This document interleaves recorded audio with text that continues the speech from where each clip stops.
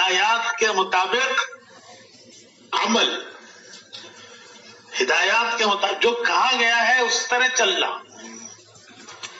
جو سنا ہے اس طرح کرنا، جو کہا گیا ہے اس طرح کرنا، جو سنا ہے اس طرح کرنا، اپنی اس میں نہیں ملانا، اپنی نہیں ملانا۔ آدمی کا نفس ہر جگہ حصہ لگا لیتا ہے، وہ بڑا عیار ہے، بڑا عیار ہے، بڑا عیار ہے۔ ہمارے حضرت جی رحمت اللہ علیہ کے خادم تھے مولوی سلیمان صاحب،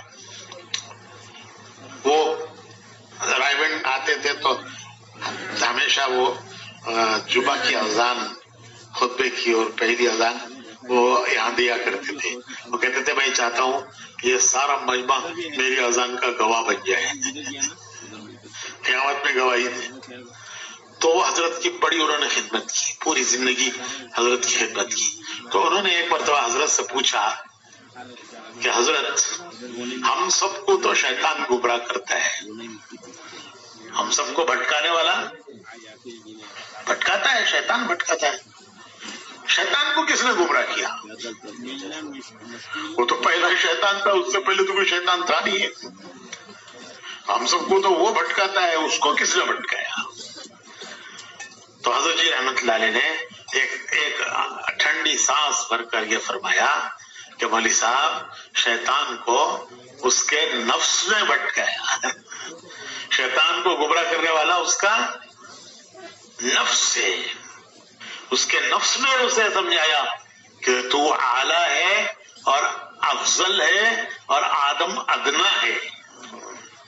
آدم کی حقارت دل میں آئی، شیطان کے دل میں آدم کی حقارت آئی کہ میں افضل ہوں، میں آگ کا بنا ہوا ہوں اور آدم مٹی کا بنا ہوا ہے، آگ اوپر جاتی ہے، مٹی نیچے جاتی ہے، تو میں افضل ہوں۔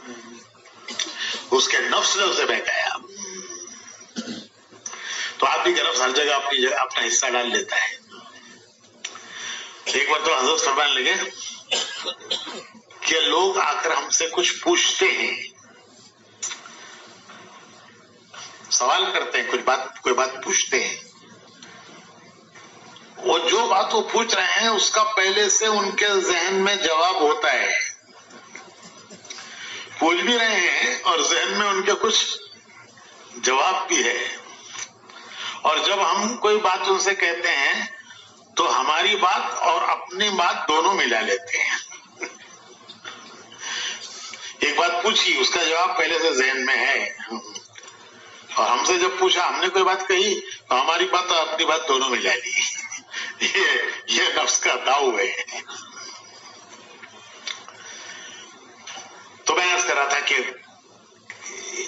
ایک تو نیت بنانا، دوسرے کام ویسے کرنا جیسے بتایا ہے، جیسے بتایا اور جس طرح بتایا ہے، اور اپنی اس میں نہیں ملانا، اپنی نہیں ملانا۔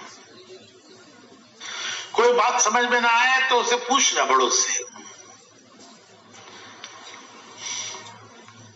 بڑوں سے پوچھنا، اپنے علاقوں میں اپنے علاقے کے ذمہ داروں سے، علاقے کے ذمہ داروں کی۔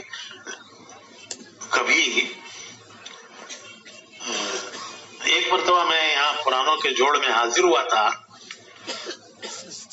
تو کارگزاری سناتے ہوئے کسی ساتھی نے حاجی عبدالوہاب صاحب رحمت اللہ علیہ سے کوئی بات پوچھی،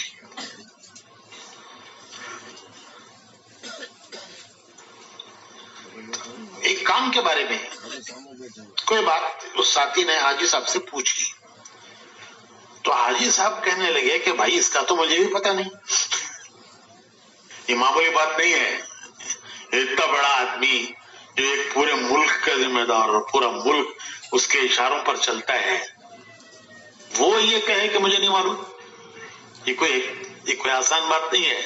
ہمارا تو مسجد کی جماعت کا ساتھی بھی اگر نامعلوم ہو تب بھی اپنا کوئی اڑنگا لگا دیتا ہے، ایسے ہی ہوگا، یوں ہی ہوگا،